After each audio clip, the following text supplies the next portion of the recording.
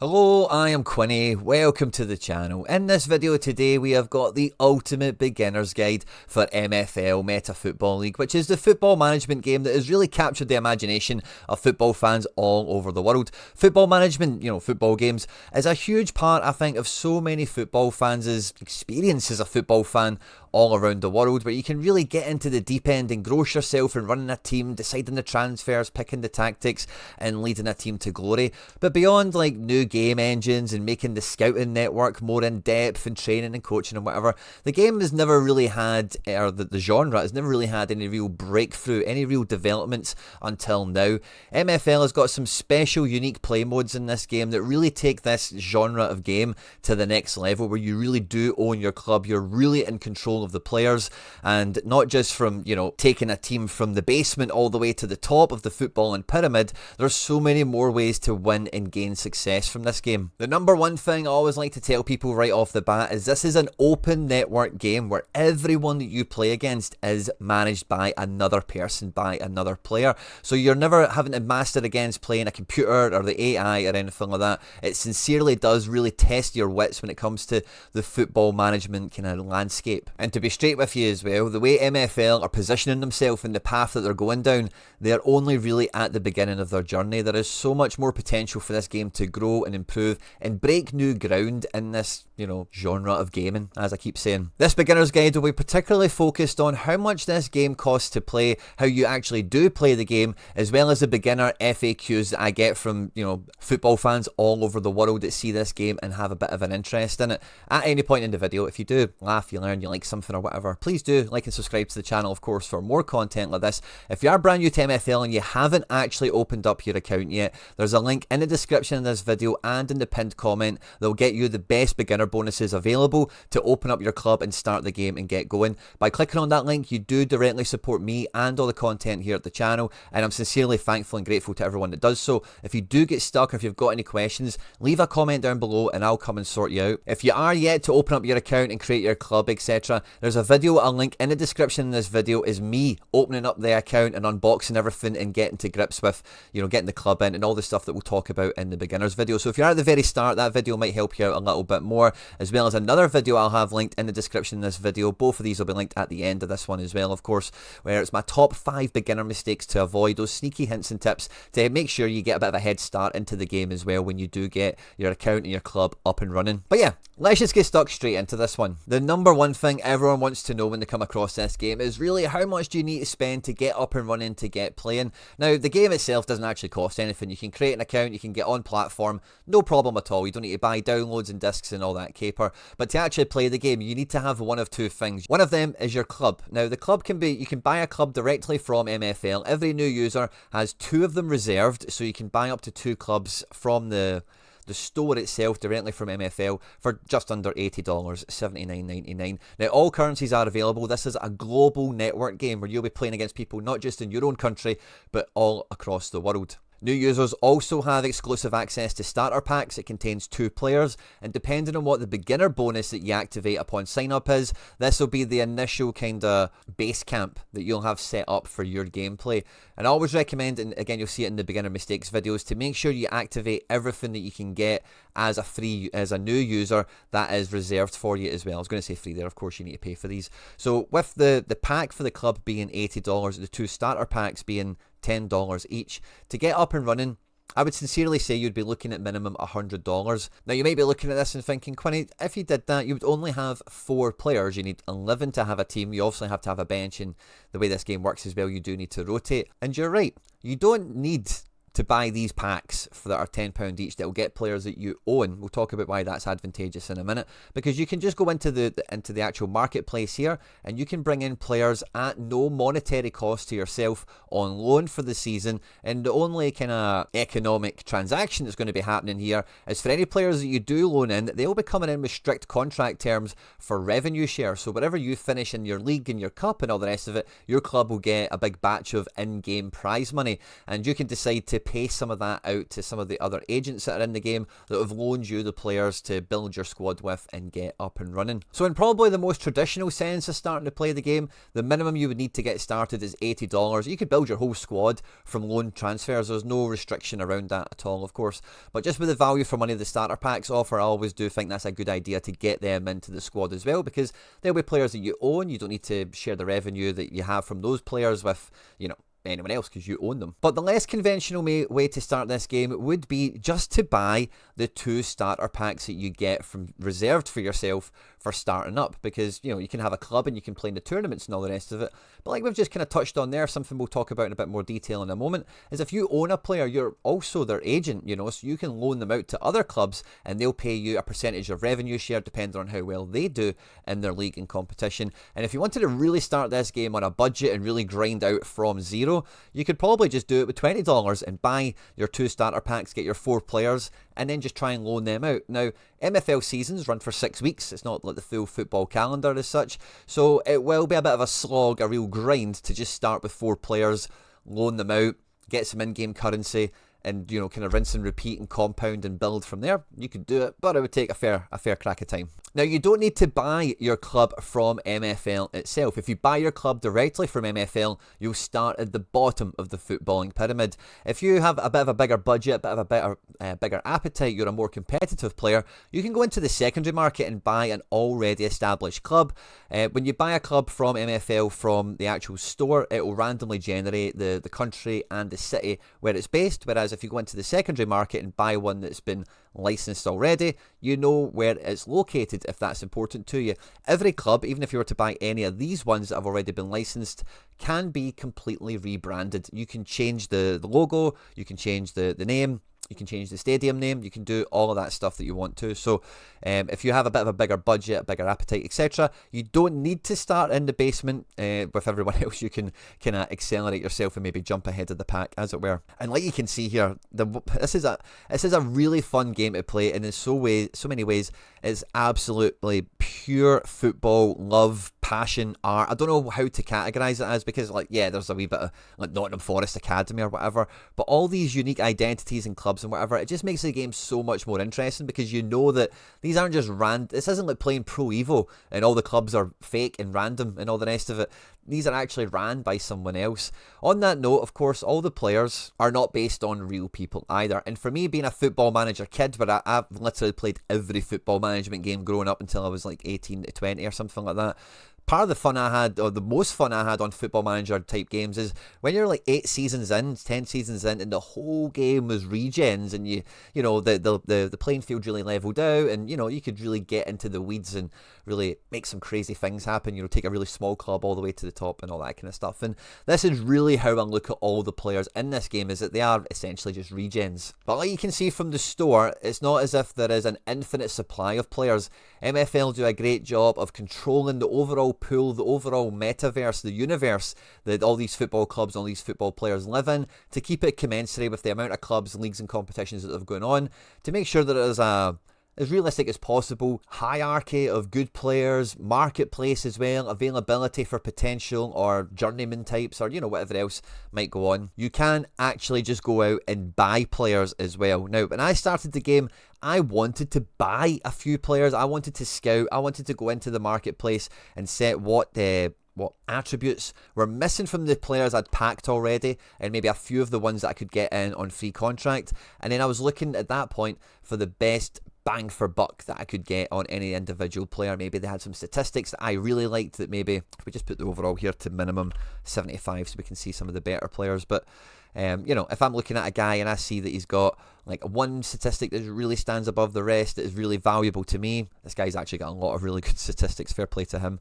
And some of these players are far too rich for my blood, by the way. But this guy, 94 for pace, way ahead, way exceeds all these other ones. I like to, kind of build my squad and try and do it my way, which is one of the things that's the most fun about this, of course.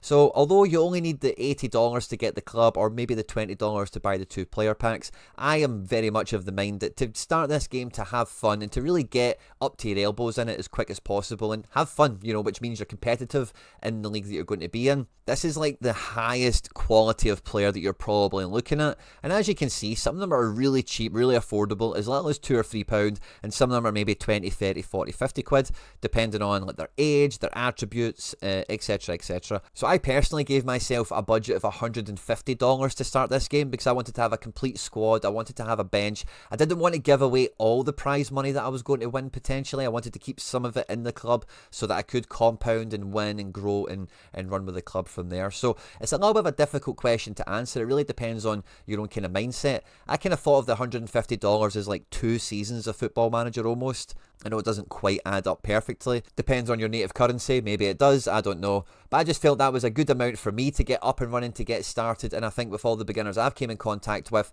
using that as a yardstick, as a barometer, you don't need to spend all that money in the one day when you first open your account. Of course, you can kind of feel your way into it. MFL seasons are 6 weeks long. So if you start your account when a season is already up and running, there will be mid-season competitions that you can get involved in and that kind of thing. Don't get me wrong. But if you start mid-season, you have time on your side. There's no mad rush to throw your squad together for matches. It won't happen for another 4 weeks or something like that for the next season that you can be a part of. Now, in the how much does it cost segment, we touched on a lot of different factors that kind of need a little bit better fleshed out for anyone to understand how you actually play this game. Now, when it comes to the football management side of it, you license your club, you build your squad, all the rest of it.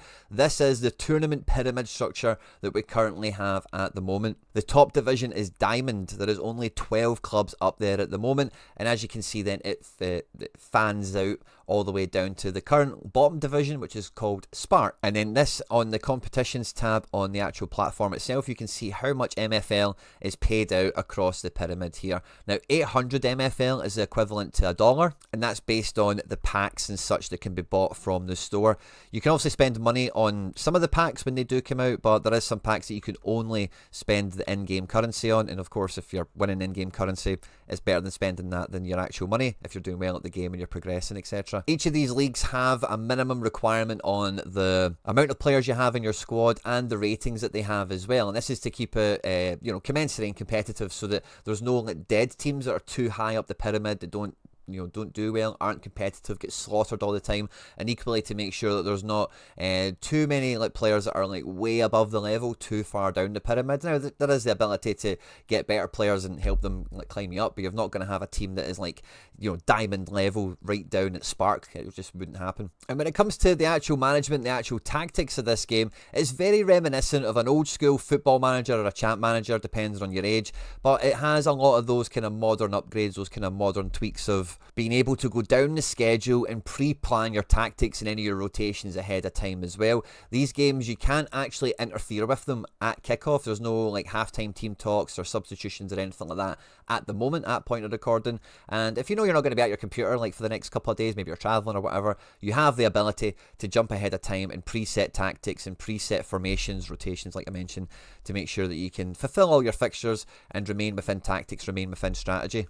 The tactics are all of a decent level of depth, I would say. If we look at team instructions here, you can decide how direct the team is, what flag to prioritise. If you take long shots and stuff like that, you can determine the team's shape, the width, how high they play as well, on the ball, off the ball, when they trigger press, etc. as well, which is all good. You can set all your set piece takers, free kicks, corners, penalties, you name it, you can do it. And you can even do individual player instructions that match up predominantly with the team instructions, but you also get some individual ones for the players, like passing risk, positional freedom, as well as having the choice of giving yourself a captain. Now, your captain's actually quite important and quite powerful in this one. They get +2 on all their attributes, and they give a captain team boost as well across the pitch for shooting and for pace for a striker, for passing and dribbling for a midfielder, defence and physical for a defender, and just defence for the goalkeeper. Now, all the players that come out of the packs are randomly generated. They could genuinely be any age, and the retirement age is unknown. There is 2 statistics that you'll never see for any player, and that is their longevity as well as their potential. This is part of the thing with MFL as well that's extra special and makes this extra tangible, is it because it's a blockchain game, it's built on NFTs, etc., that this stuff can be honourably upheld, and you don't need to worry about it being, convoluted, manufactured, tampered with later on as time goes on. And because those two statistics are unknown, it really does give the game a really interesting development paradigm here. Players can develop and increase in all their statistics in training, which they're entered into by being contracted to a squad anyway, and their performances, their actual performances, how good they play determines how fast they progress, and the level of opposition they're playing against, the quality of players that they're training with as well, like you can see here, makes a big impact on their progression, their career, ultimately how good they do for you as well. And the player development part of this game for me is one of the most exciting elements of it, because yeah, it means you can have players start with you in a lower division, get better, improve, and as you climb up the table and climb up the leagues, they can stay with you, they can go on that journey and have that bit of football romance with it as well. But it also presents a great opportunity to tap into a little bit of real football in terms of this management game, where if you pack a guy that's rated like 59 and then after a couple of seasons he becomes a 67 rated player, you can sell him for a lot more money into the market, rated 67 versus being rated 59 or whatever. And this is a strategical part of the game. This is an element of the game that I've had a lot of fun with in terms of, developing some players, selling them into the market, then buying better players to try and, make my best 11 better to keep my club progressing. There is the potential as well, of course, to profit from this in terms of just genuinely taking guys that are worth a couple of quid, getting lucky on some of them developing and kicking up a gear, and then maybe making a bit of profit on them and, just hustling the game as it were. Which, I don't know about you, but is always an element of every game I grew up with that I prayed to God would happen when I became an adult, that when it got to the future. Like, imagine this was real money in this game. Imagine I could actually, make money playing this game. Wouldn't that be amazing? Now, as you can see here, the transaction amounts I've been involved in are none too stellar, and you can see some of my transactions from all the way at the beginning where I bought some players that were $17, $20. The first one I bought was a goalkeeper, because I didn't get any of them in packs and none of them on free agency was that exciting to me. And I like to cherry pick my goalkeepers, and I wanted a Polish goalkeeper. It's a long story. I'll maybe tell you some other time. But yeah, there's that kind of element into it as well, and that's really assisted by player development rather than it just being like a case of supply and demand in the market for whatever's in vogue, because there is no meta on the tactics at the moment, because the game is still in development. It's not in development, but it's ever growing, ever improving is probably the better way of putting it. There is a lot of different formations and tactics you can choose from. You don't quite have the ability to do free reign tactics where I could just grab a guy and move him to wherever else I wanted in the pitch necessarily. So sometimes as they tweak and they adjust the match engine, some people fancy that left winger than right winger is maybe more prolific than right mid and left mid, or different things can happen. So you're not really at the mercy of in-game metas. The player development means that genuinely any player could rise to prominence, or be that poppy that grows the taller one and is ready to move on and can really accelerate in their career in this game. And it really mirrors real world football in that sense as well, which is great. Now, like I mentioned, they can develop in training and from matches as well, but MFL, the in-game currency that you can spend on packs, the other thing you can spend it on is the development centre. The development centre is kind of like boot camp, or it's been known in some quarters of the community to be called development jail, because once you put them in here, you cannot do anything else with them. They are locked up. You can put them in the development centre for anywhere to 1 to 4 seasons, and depending on the quality of the player and how long you put them in for will determine how much XP bonus they get over that time. Like you can see here, I took on a bit of a strategy of throwing all my youngest players in for 4 seasons just to get as much development centre out of them as possible. And the idea with that is kind of what I've alluded to already, where maybe 1 or 2 of them I sell, maybe a few of them I loan out, maybe I cross my fingers and toes and maybe one of them might be good enough to actually play for me and become a first team player. And for young players that you wouldn't really be able to loan out and guarantee they would get significant minutes or progression because they're maybe very low rating, and anyone who would take them, even with a contract, would say, oh, they'll play a minimum of however many games, because you can do that. If it's a really rubbish team that's going to get spanked all the time, they're not really going to progress that much, and maybe just throwing them into here is a better way of going about it. So you need to kind of pick your battles, I think, with some of the younger players or the development level players that you've got in your club and in your squad, and how you kind of manage them and optimise that. Now, when you're on the MFL homepage, if you scroll all the way to the bottom, I'll link this in the description as well in case you want to read it, you can check out the white paper. What the white paper is an in-depth instruction, or it's like a constitution almost, of what the game is built on, what the mechanics are, the parameters that they're going to keep the game to in terms of how many players are involved in in circulation, how players develop, etc. And again, this is one of the beauties of the blockchain, because all this stuff is like ingrained into the protocol of the system, you know, the white paper as it were. It just means that it can't be tampered with or skewed to benefit people or to screw out the players or anything like that. This goes into a lot more detail on how many players, when players drop, how the players develop, training XP, plans for future development. It really all is here, and you can get into it in a lot more detail as well. As you're playing the game, you can kind of, you know, as you need to know something, maybe dive into the white paper and have a wee look. Some people love to really crack open and go through this before they get started to try and find their own little edges and little bits of information that they find value in, that maybe like the market or the tactics, predominantly the meta or whatever, hasn't really legislated or accounted for as well. So you can really, nothing's hidden in this game. Everything is completely transparent, and you know, it's not really that complicated to get to grips with. Probably one of the only things I've not touched on in a nice bit of detail in terms of the gameplay and how you play the game. Like I mentioned at the beginning of the video, the less conventional way to start this game might just be owning some players. And you know, every player you own, you are their agent, okay? So you can contract them to your club, which we've kind of spoke about already, of course, and you can list them into the marketplace. Again, we've kind of referenced that already. If I look at my HQ and look at my players, you'll see I've got my main roster of players that play for FC Barcelona, my club, you know, and then I've got a bunch of other players here that are playing for other teams. I can check out how their progression is going. If I look at the current season and hit overall here, we'll see, there we go, the top ones here, and I can see who's doing well. Some of them are in development centre, some of them are on loan at other places, and not only am I getting these players developed for me elsewhere, but these guys are all under contract as well at their respective clubs, and depending on their success and how well they do, maybe in terms of matches or how high the team finishes in the table, will just determine and decide how much MFL I get at the end of the season.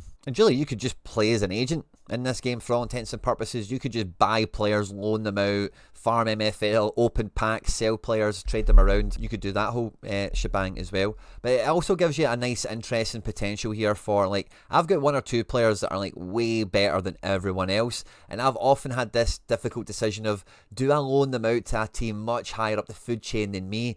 That rev share I would get would be huge, would really catapult the amount of MFL I would get in between, you know, one particular season. I could sell them for a lot of money, maybe buy another club, maybe just go and buy, maybe furnish my team with just way better players.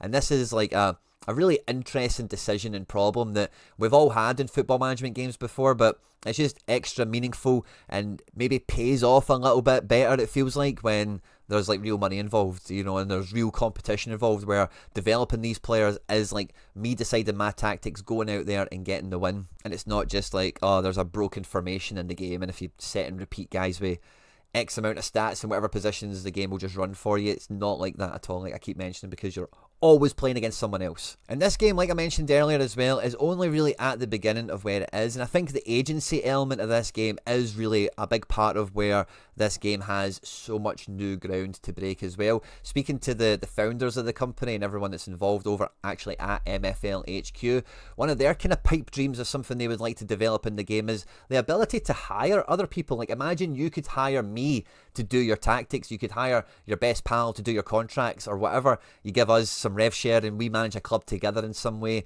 And you know, like, it's much more focused on the real club aspect of it in this own self-contained universe, where you're not worried about being up with like real world football and the new season, the new issue or whatever. This is really its own siloed experience game for really anyone that's a proper football manager head, for me, and any football fan that is just really after a new game experience, something that maybe is a bit more adult, if that makes sense, because there is like money involved as well, and it's not just playing against a computer. That's one of the big things for me in gaming nowadays, is the more PvP you can get, the better, in terms of it being the foundation of the game rather than being an optional side extra or what you do after you finish story mode or that kind of thing. I hope you enjoyed this one, guys. Don't forget, if you've not opened up your MFL club yet, please do so by clicking on the link in the description of this video and the pinned comment. It just guarantees you the best beginner bonuses available, and it goes a long way to supporting me and all the content here at the channel. And I'm sincerely thankful and grateful to everyone that does so, of course. On screen now is the other beginner videos that I mentioned in the intro, in case you want to catch them, as well as something else that I've made that YouTube thinks you might enjoy. Don't forget to like and subscribe for more content like this as well. Stay out of trouble, and I will catch you on the next one.